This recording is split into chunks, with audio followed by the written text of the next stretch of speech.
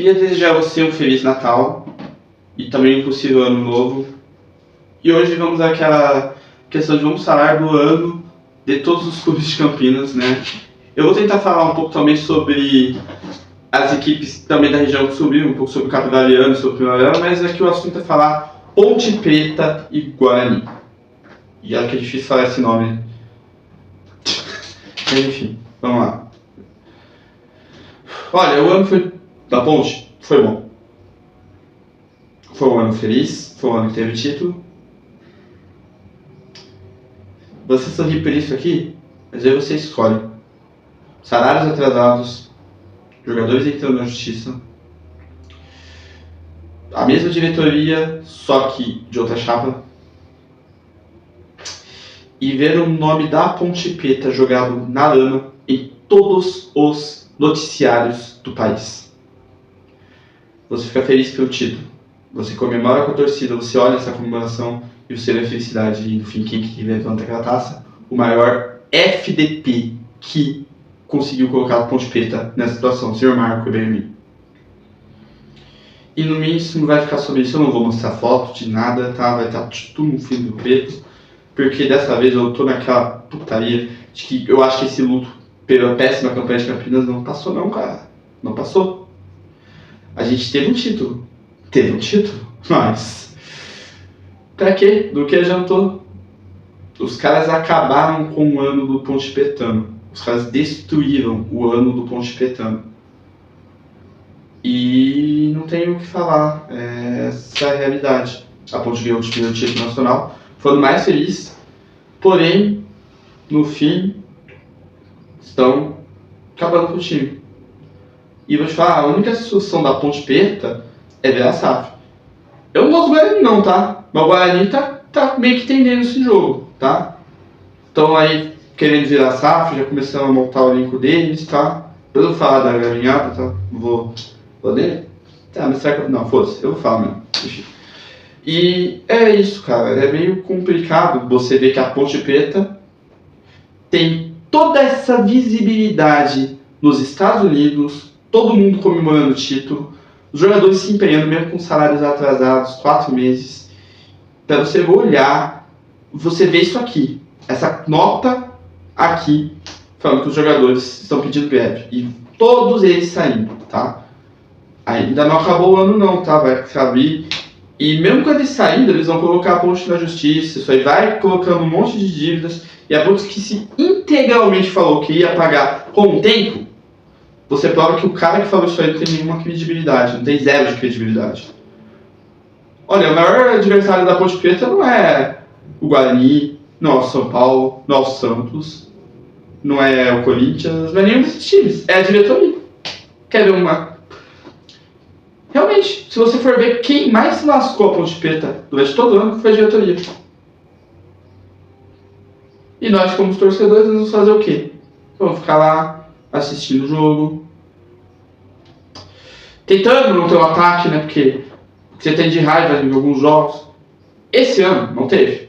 Esse ano a Ponte jogou direitinho e não teve, acho que nenhuma raiva. E eu dou parabéns aos eventos, principalmente ao Elvis. O Elvis liderou um time que, junto com o Marcelo Fernandes, que, mano, palmas, cara, palmas. Quem realmente honrou a Ponte Preta foi uma torcida que esteve em campo todas as vezes, os jogadores e o treinador. A diretoria não, a diretoria só jogou contra. E, por fora, eu acho que eu falo de Ponte Preta sobre isso. Bom, vou falar sobre o nosso rival, né, o Guarani. E eu sei que vai ter um monte de bugrino aí me xingando, falando que eu sou merda, que eu não falo nada da realidade de Campinas, que eu nunca gostei nada, que eu nunca elogiei. Vou elogiar alguma coisa do Guarani, tá? Voltaram para a Copa do Brasil. Nossa, é um elogio. Vão ficar atrás da Ponte numa fase? Tá, 2 fases? Não, mas voltaram, né? Depois de um hiato, sei lá quantos anos. E a gente também tem que falar que o Guarani teve uma competência que eu tenho que talvez elogiar, que é apostar em jogadores internacionais e dar oportunidade. A Ponte teve isso com o Vicente, tá, do Concha. Ele errou lá no lance contra o Concórdia, um lance muito importante que foi triste, mas desistiu. O Guarani não. Guarani trouxe um japonês, colocou ele num torneio, acho que é o fala do Ryuta Takahashi, né? Porque sim, ele eu cobri bastante ele na época no Japão FC e tal. Colocou ele num torneio, ele se destacou e colocou ele pra jogar os derbys. E agora vão querer manter ele, o Ryuta Takahashi. É um jogador baixo e tal, mas tem alguma habilidade. Eu assisti aos jogos, né? Obviamente, como torcedor ponte-pretano, porque eu fui no estádio e tal. E um jogo lá que eu vi, quase fez um gol lá num derby que a gente poderia ter perdido, né? Então, e talvez o tal do Torres, né? O Torres. E outra, uma das coisas que o Guarani fez, a questão foi o caso do Richard Rios. Pegou ele do Flamengo, revelou aqui, mandou pro Palmeiras e tá aí. Hoje joga no Benfica, é um dos referências da seleção colombiana. Pegou um cara que estava encostado no Flamengo, então meio que isso aí é uma coisa que você pode até elogiar. Mas o ano do Guarani foi a questão. Ficou atrás da Ponte em todos os campeonatos. Mas eu não posso dizer que eles fizeram um ano ruim. Eles até tentaram e ganharam alguma coisinha ali. Não foi o acesso, porque se lascaram, mas tiveram alguma coisa. Tá? Parabéns. Aí eu vou falar de Capivariano, tá? O Capivariano. E o Capivariano conseguiu subir como campeão, tá? O Capivariano é um time interessante aí para se analisar. Vai ter vídeo sobre eles na Copinha, porque eles têm um jogador aí de um país que vai enfrentar o Brasil, inclusive. E eu acho que vale a pena legal esse investimento aí, alternativo que o Capivariano está fazendo. Porque eu acho que esse atleta aí vai ter um futuro aí.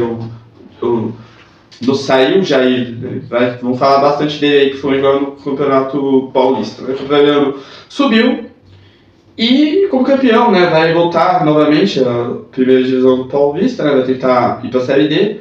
E é isso, o Capivariano retornou.